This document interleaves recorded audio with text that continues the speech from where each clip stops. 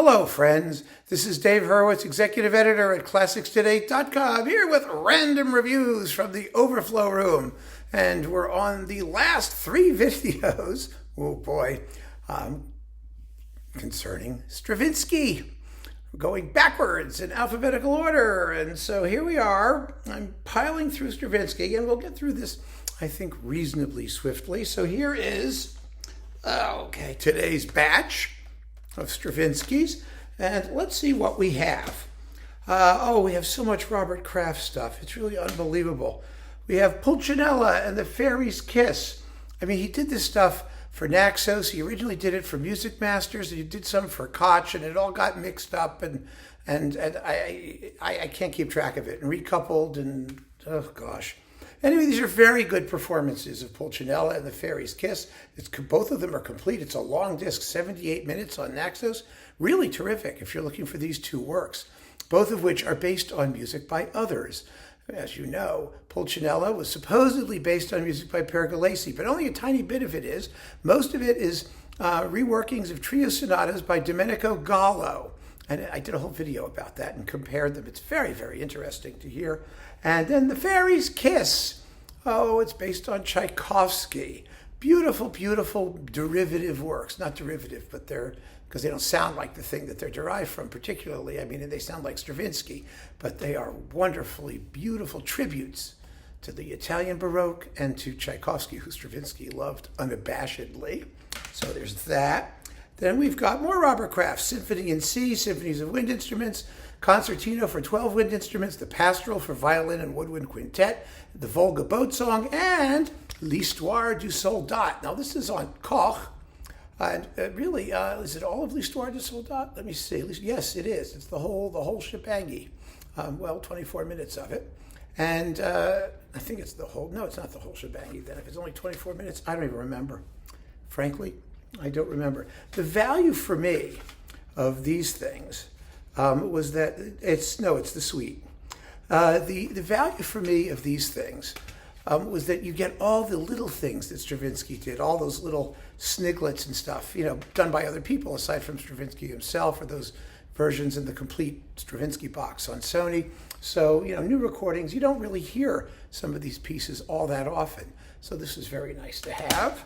And then we've got, what's this one? The Danse Concertante, the Canzonetta, and Pulcinella with the Avanti Chamber Orchestra on BIS. This was early, BIS was like way ahead of the game in getting CDs out. And there was a time when you just couldn't get this repertoire. At all. Arrangement of Sibelius's Canzonetta. This is a premiere. CD premiere, and the suite from Pulcinella. And, this is under Jukka-Pekka Saraste when he was like a kid. What year was this released? Doesn't say, of course. It'll say in here somewhere. Okay, let's see. What year was this? This was back in the day when BIS was kind of new. It's BIS 292. It's BIS's 292nd CD, and it was recorded in 1985. Wow. Oh, the memories. I'm just punch drunk with nostalgia for all this stuff. It just was amazing. 85. My goodness. Bernstein. Oh, Stravinsky Symphony of Songs, the Poulenc Gloria, and they also tossed on for this version the Bernstein Chichester Psalms. I remember the original LP. Of this, of the Poulenc Gloria. Oh my God, it had the most awful program note. Some of you mentioned that, a liner note on the back of the album. It was by, I think, Philip Ramy, who despised Poulenc. He detested Poulenc, and he just trashed the Gloria. So shamelessly warmed over Stravinsky and stolen Mussorgsky, and just worthless trash. How they allowed that to be printed on the back of a record album, I have no clue. It's a marvelous performance of the Poulenc Gloria with Judith Blagan, soprano, and the Festival of Psalms is with the Festival of Psalms, the Strim Symphony of Psalms with the English Bach Festival Chorus. That's where the word festival subliminally came from. It's just great. Absolutely terrific. So that's really cool. Then we've got, the Fairy's Kiss again. And Bartók, the two images, deux images, with the La Scala Orchestra and Riccardo Muti, one of his lovely Sony recordings with La Scala. This is terrific. And Russian classics with Seiji Ozawa. These things, they don't stand up, do they? With Seiji Ozawa, we have Scheherazade, Borodin, Polovtsy, and Dances with the Chicago Symphony. This is all EMI stuff. And the Complete Firebird with the Boston Symphony, and Prokofiev Piano Concerto No. 3 with Alexis Weissenberg. That's why I got that. That's really a cool collection of things. Oh, my dear. Yes, this is the Johann Strauss Waltz transcriptions with the Boston Symphony Chamber Players, coupled with their Stravinsky disc, which has the octet, the pastoral, which we just saw, ragtime for 11 instruments, and the concertino for 12 instruments. Really a marvelous collection of things. A really fabulous record. It always was.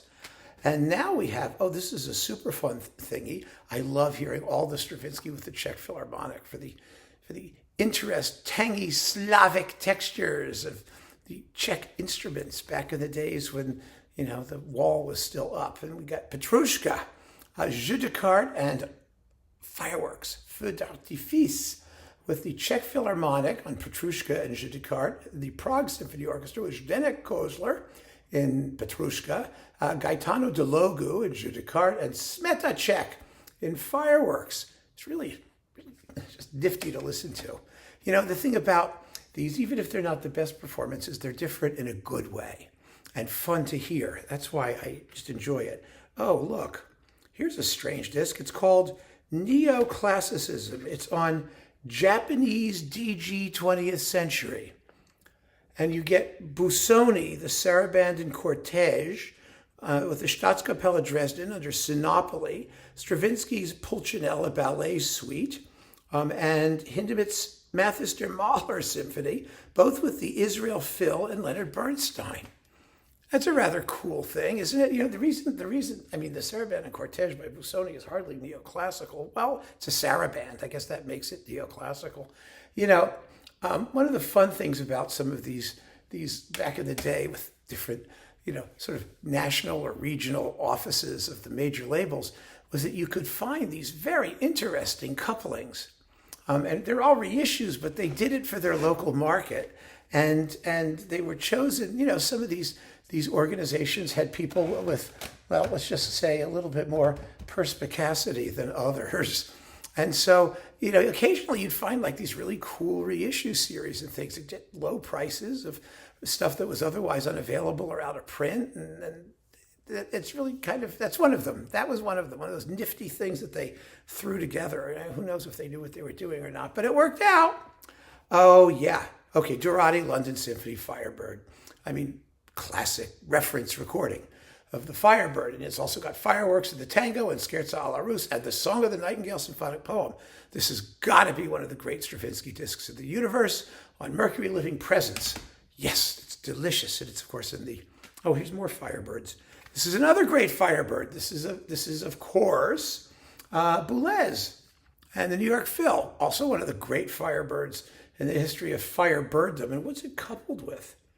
I have no idea what it's coupled with. There's something else here. It's Bartók. It's the Miraculous Mandarin. That's what it's got to be. I'm almost positive. Bartók, the Miraculous Mandarin. Oh, I got it. My Japanese is getting better. This is not helpful if you're trying to find out what's actually on the disc, but there it is. And those are great performances, just smokers. Pulcinella, Octet, Renard, and Ragtime with Esa-Pekka Salonen. Another wonderful collection of Stravinsky stuff with Renard the Fox, a burlesque tale in song and dance with John Aller, Nigel Robson, David Wilson Johnson, and John Tomlinson. This is, these people were such good Stravinsky conductors. This was like the Stravinsky golden age, the 70s, the 80s. People could almost do no wrong in that music.